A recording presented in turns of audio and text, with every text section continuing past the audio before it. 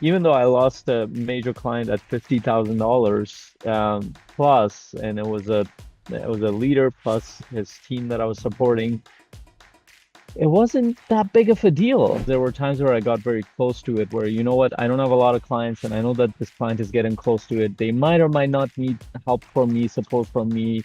So whenever now I have a question of I might or might not be able to support them, that's probably the time to let them go. You want to take care of yourself before you show up for others. This is why business is so hard because you have to put a lot of value out there before you get something in return. So you might be supporting clients and people for a while before you get some financial revenue out of it. All right, welcome, Coaches Nation. This is Faisal Insan, one of your podcast hosts. Today I'm going to be doing this solo. As you can tell, I'm excited to join you here from beautiful Florida, sunny, sunshine state Florida. Yeah, you see a nice tent in the background. Hopefully you don't hear all the wind going on. I tested it before. And I'm excited to do this podcast around how to build your confidence after losing a major client. You might be in the process of like uh, building your coaching business, and you might have a couple of clients or a few clients, and all of a sudden a major client leaves you, whether that's a corporate client or a personal client, whatever it might be. It can be it can be challenging. It can bring uh, lots of confidence challenges. It can bring financial challenges. It can bring lots of other things. For me, recently in the past year, I did lose a major client. We're talking $50,000 plus per year, a major client. And I'm blessed to have had a coaching business for the past few years. So I feel like I'm in a position where I can recover pretty quickly. And I've gone through lots of periods like this where I've lost major at the time when I considered them major clients. And I can tell you, let's say a few years ago, I lost a client that was a $20,000 client. And to me, that felt really big. But even though I lost a major client at $50,000 plus, and it was a leader plus his team that I was supporting, it wasn't that big of a deal. And I'll talk about why it didn't feel like that big of a deal, even though that could feel like a big deal in the beginning stages of my coaching journey if as I was going through it. So I'll talk through some of these things, and I want you to think about how many clients do you have? Do you have a great roster of clients? How many leads are coming into your business? Because those things will determine how your confidence is and how you show up for your client, for the ones who leave, and lots of other things. So, as a starting point, let's talk about sales. Let's talk about the coaching business in general. Why do we do coaching? So primarily a high performance coach. I'm also a business coach. In this client that I'm talking about, it is a partially high performance slash business client. So business on the both business coaching as well as on the high performance side with him and with his team members. And I had supported him for over a year. I think we made a lot of progress, but he chose to go in a different direction, and I'm perfectly fine with that. And flash news, that's a very common thing in the coaching world. You might work with somebody for 6 months, 1 year, 2 years, 5 years, but at some point they're going to go in their direction. One of the things that I've learned, and I actually learned this from a client, I remember one of my clients, she got on one of the calls and she gave me this phrasing, which I loved. She was in my program for a good 1 year, in my group coaching program. We had done a few one-on-one sessions too. And she said, I asked her, what are you excited about? And she said, I'm excited about graduating from your program. And I thought about it for a second, it didn't click in, and then I clicked in, oh, okay.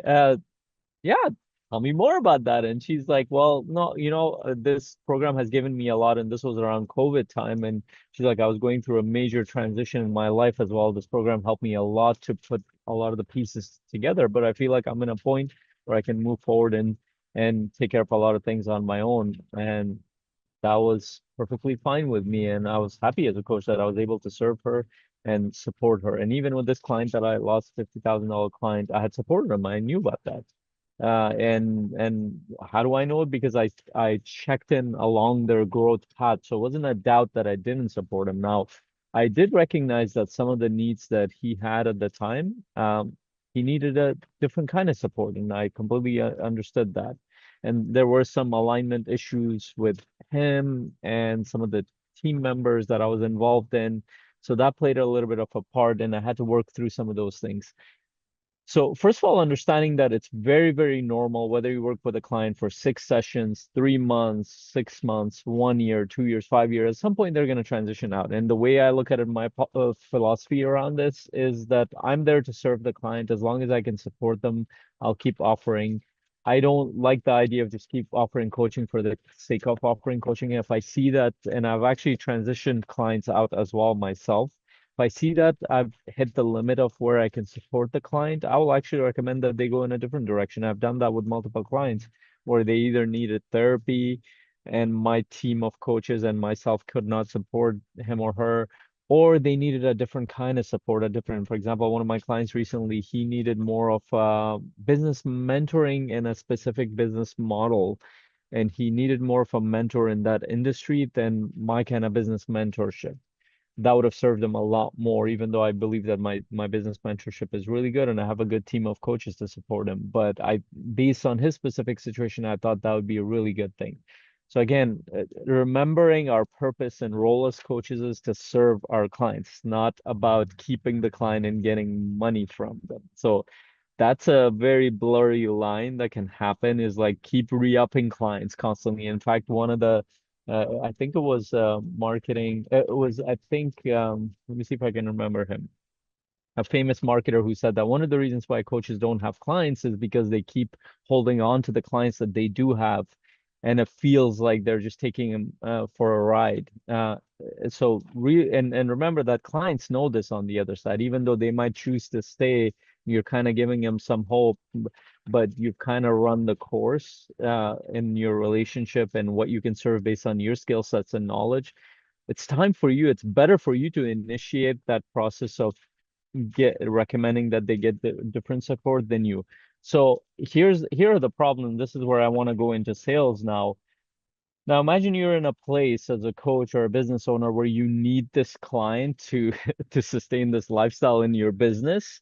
Then you're not going to make that decision. But the ethical decision is to let go of this client, even and you will have a hard time making that decision if you don't have enough clients in the background or you're not doing enough on the sales side. And this is why I think sales plus marketing is a big part of the coaching business, is that if you don't have enough people in the pipeline, what does that mean? That means you're not having enough conversations to serve a lot of people and making offers. Then you're always going to struggle to let go of the clients who have gotten enough value from you. Your mode should be is that when a client graduates, you should be celebrating that. Even though you might miss the client, you might miss your conversations.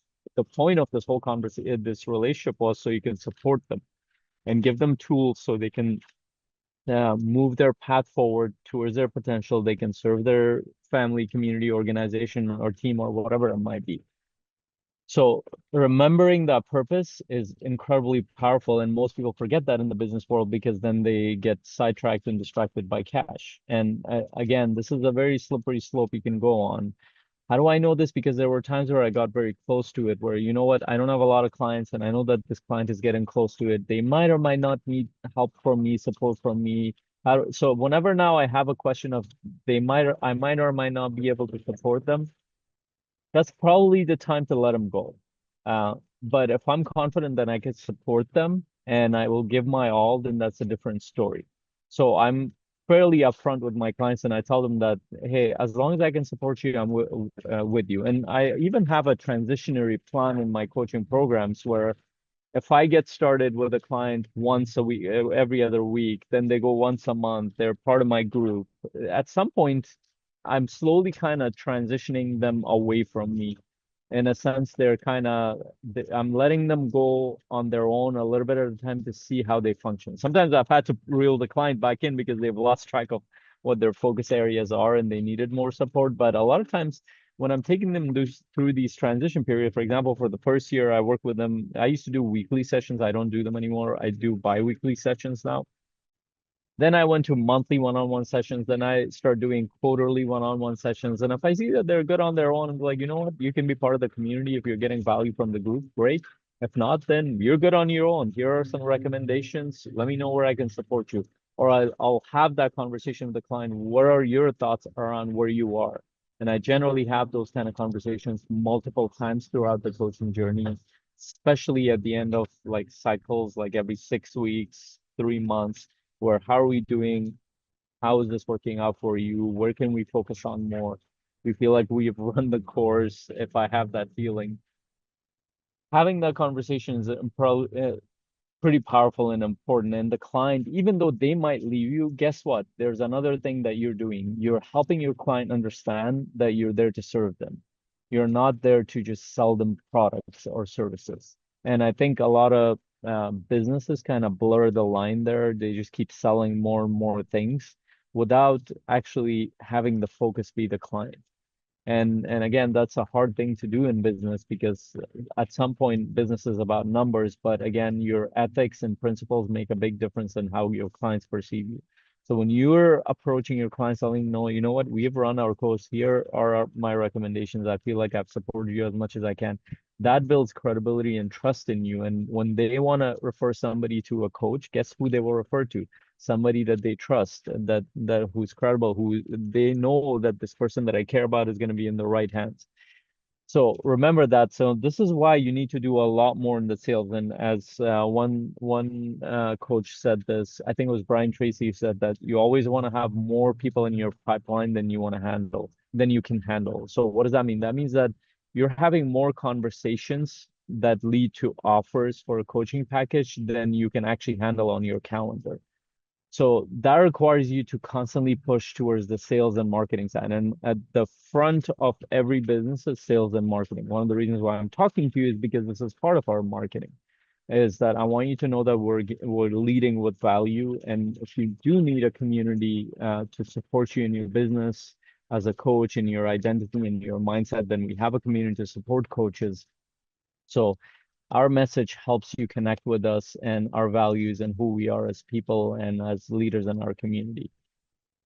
And we also have a free community where we add value. And if you haven't joined our community, just go to cmc.coach or look at the links below. You'll be able to join us in our community, and you will see a lot of value there in our community. We broadcast our podcast live. If you're listening to this live, you're part of the community. Welcome, and we're excited to have you here.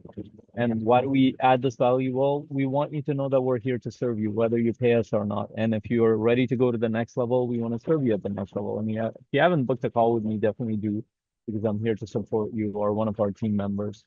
But really, the point here is always be having those coaching conversations with more people than you can actually handle on your calendar. Because when the time comes for the client to leave, you're not scrambling to find another 2, 3 clients. You already have clients waiting for you. And that's how you can sustain a business. And eventually that expands to having a sales team, a team of people that can support you to move those conversations forward. But it's your responsibility as a business owner and a coach is to talk to have more conversations that lead to your coaching offer. So when the time comes for you to let go of clients, you're not thinking about the finances, you're thinking about how I can serve the client. That is a very important. If you don't have that, you will always struggle with that. And same thing with coaches who are starting out where this is not a full-time thing.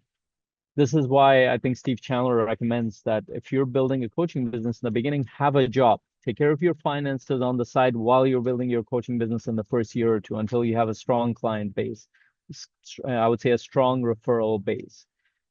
Because what happens is every call that you go to, you have a need for money and the client needs you to support them. Yes, there is an exchange that happens, but that neediness shows up on the sales call and you don't want that to happen because clients can pick up on it subconsciously. So you want to take care of yourself before you show up for others. This is why business is so hard, because you have to put a lot of value out there before you get something in return. So you might be supporting clients and people for a while before you get some financial revenue out of it. And again, this is our model. There are people who will disagree with that. That's fine.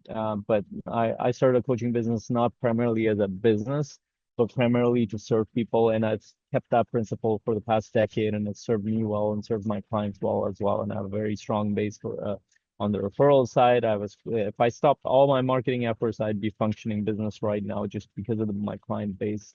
And that's the kind of coaching business we want our clients to create as well, a referral-based coaching business that can function whether or not at some point, once you have your client base, you are doing a lot of marketing or not. You're getting a lot of word of mouth. Those are the best kind of businesses that will sustain. And what does that depend on? That depends on your coaching skill sets. That depends on your network. That depends on your sales skill set. That depends on your marketing skill sets. Mostly it's sales, mostly it's coaching skill sets and your ability to form relationships and network and have the ability to influence and move forward and serve your clients. So I hope this was helpful for you to think through this a little bit.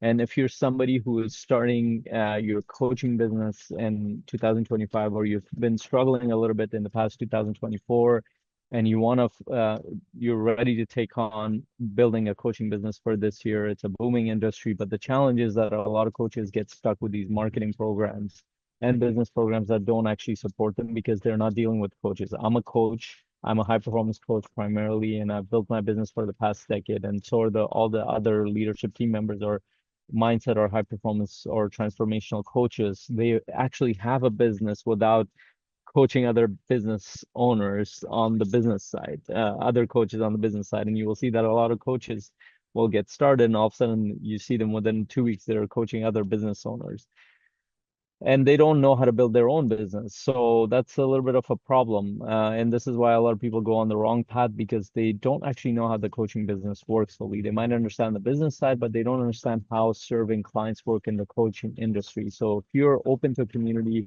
where you get a lot of support from coaches who have actually built this coaching business, and you will have a community of amazing coaches who are actually building their coaching business, and we get to support you on your skill sets and on the coaching side and on the business side within a supportive community, then definitely check out SMC.coach. You can join our community for free, and then we'll take the conversation on after that and see if we can support you. You're not going to find any place to sign up for it right away, but you can sign up our free community, and from there we'll see how we can support you. If you qualify for our community, then we'll be happy to take you on as a client.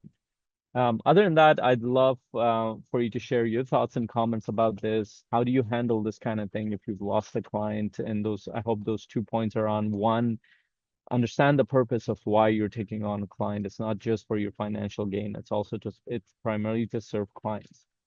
Second, have enough leads in the pipeline, and make sure you're not reliant on 1 or 2 clients for your whole business. And as a part of that, make sure you're open to letting go of some clients as well if you feel like you've ran the course of supporting them. I hope this was helpful. You will see another video somewhere here. I have it in my notes. Let's see if I can come up with it quickly. Right here, you will see another video up here. If you're a distracted coach, I got distracted by something right now, so maybe I should watch it. So you'll see it somewhere here. Are you a distracted coach? It will help you get focused as a coach in 2025, this podcast episode. Click on that, watch that. Definitely join our community, cmc.coach. I'm excited to see you on the other side. Until then, hope you have an incredible day.